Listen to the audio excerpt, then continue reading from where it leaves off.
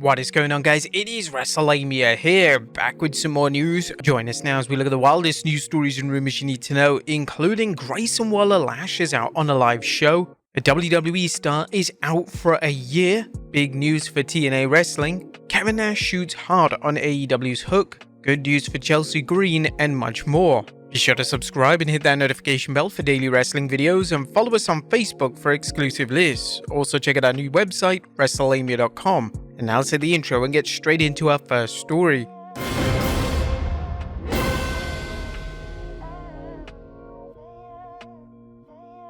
Our first story looks at Grayson lashing out on a live show. The top of today's news is a bizarre incident that happened in Australia when WWE superstars LA Knight and Grayson appeared on Sunrise Talk Show to promote Elimination Chamber. The segment saw one of the show's two hosts asking LA Knight to demonstrate his finisher. Knight politely declined, saying it wouldn't end well for the person on the receiving end. The male host continued asking if he could do so, but things quickly broke down as a member of the production crew stepped up with his fist raised as if he was ready to throw down. For whatever reason, the show played John Cena's entrance music, and Waller told a crew member he was gonna punch him for real and that someone had best call the police. Waller was angry and said he didn't like the disrespect shown to him, especially the implication that wrestling is fake. Grayson did note that he had no problem with the female co-host as she showed respect. This segment was reminiscent of the time WWF superstar Vader ended up detained in Kuwait after he manhandled a talk show host who was insulting wrestling. And kudos for LA Knight for keeping his cool in the segment.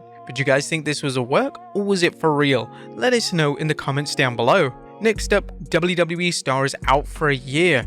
Devastating news for NXT superstar Cora Jade, as the WWE has confirmed that Jade is out of action with a torn ACL. We reported earlier this week an ACL tear could keep Cora out of action for nearly a year. A TJR Wrestling reports, WWE confirmed on the 16th of January edition of NXT that Cora Jade had suffered a torn ACL, with commentary noting that the star could be out of action for up to a year. Jade was not part of the 20-woman battle royal to find a new #1 contender for the NXT Women's title. As a result of the injury, that match was won by her old partner turned rival, Roxanne Perez. Jade tweeted a picture of injured leg along with a message saying, "It's only after we've lost everything that we are free to do anything."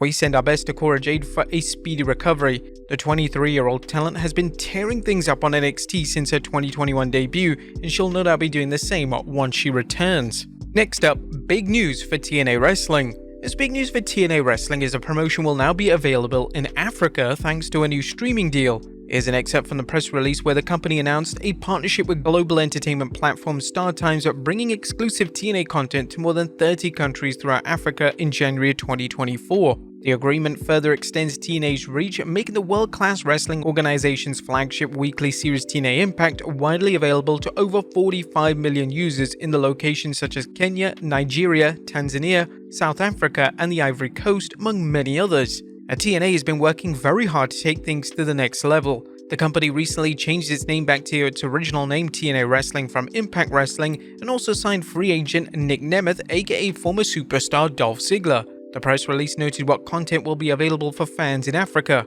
As part of the deal, StarTimes viewers will also be able to enjoy exclusive TNA specials and hard-hitting pay-per-view events, including landmark spectacles such as Bound for Glory. This news follows TNA's partnership with Endeavor to release its TNA Plus streaming service in the US. What do you guys think of TNA's latest move? Will they get in more viewers like this? Let us know in the comments down below. Next up, Kevin Nash shoots hard on AEW's Hook. Who is Hook? Well, that's a question former WWE and WCW superstar Kevin Nash recently asked during an episode of his podcast, Click This. Nash's comments are a reminder that the controversy over WWE superstar Jinder Mahal and AEW star Hook isn't going away. Now, in case you've been offline this week, the controversy has little to do with either wrestler. Instead, it began after fans questioned AEW's decision to book FTW champion Hook into an AEW World Heavyweight Championship match against new champion Samoa Joe. AEW President Tony Khan defended the decision, then questioned why no one was questioning the WWE's decision to put Jinder Mahal into a World Heavyweight Championship match against Seth Rollins, despite Jinder's very woeful win-loss record. Khan pointed out that Hook is 28-1, while Jinder was anything but dominant. Unfortunately, Tony's tweets led to a social media meltdown as AEW fans and AEW critics joined the conversation. Rather than let things cool down, Tony tweeted more, eventually bringing in other wrestlers and wrestling personalities such as Eric Bischoff. Nash commented, "If Hook was sitting next to me right now, I wouldn't know who the F Hook was. Give him the Hook. Just let's say it's 28-1 career record. This sounds like back when they were doing the Goldberg thing. It's like, he didn't really win 28 matches of his own accord, but my whole thing is the Q rating. If you put a picture of Jinder and then you put a picture of Hook, I'm quite sure Jinder is going to have a much higher Q rating. It's like tomorrow on TBS. Well, enjoy that because you guys might not be on much longer." Nash's argument seems to be that if the general public or a fan sees Hook and Jinder Mahal, they're more likely to rate the modern day Maharaja higher as a professional wrestler than Hook. AEW fans might be likely to rate Hook higher than they would Jinder Mahal, whose TV appearances are infrequent and often feature him doing the JOB. But there's also the question of how Hook is booked. Hook's depiction as a highly trained fighter with submission skills is a smart way of booking him given his size. Nash was confused by Hook's size and weight, questioning whether Hook is classified as a flyweight. True, he's rather small for a wrestler, a situation that's been raised before, and while he has plenty of heart, some fans find it difficult to take him seriously as an opponent due to his height and lack of body mass. AEW is all about pushing wrestlers of different sizes, and it must feel that Hook has what it takes to be a credible opponent. Interestingly, there have been rumors that WWE is interested in signing Hook, and if so, it'll be interesting to see what role the WWE has planned for him. Do you think Hook is too small, or is he a good example of how wrestlers can be used effectively regardless of their size? Next up, Hook responds to Jinder Mahal.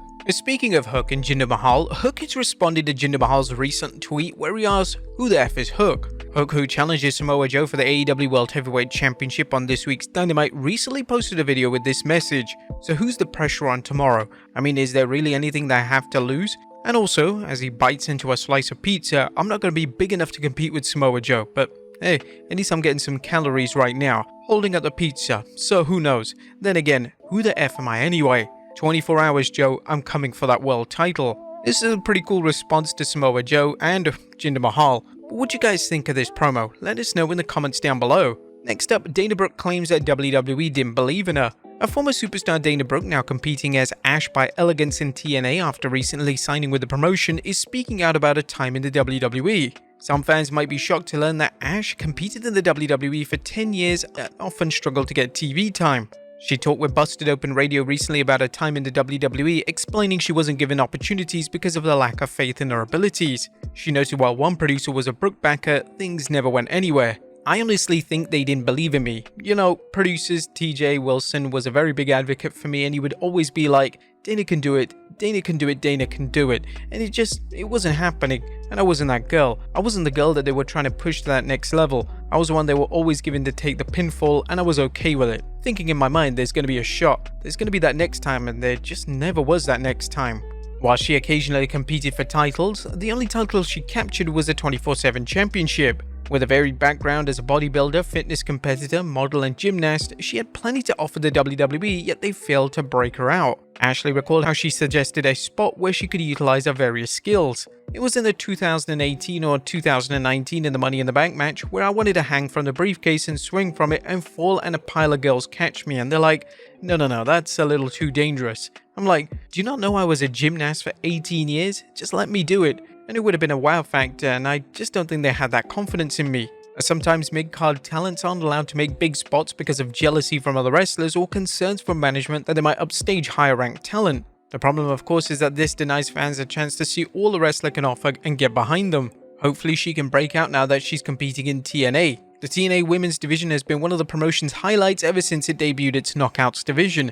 She also reveals she may be showing off some new moves after visiting former superstar Gangrel at the Coastal Championship training facility. What do you think of Dana Brooke's take on her time in WWE? Let us know in the comments down below. And finally, great news for Chelsea Green.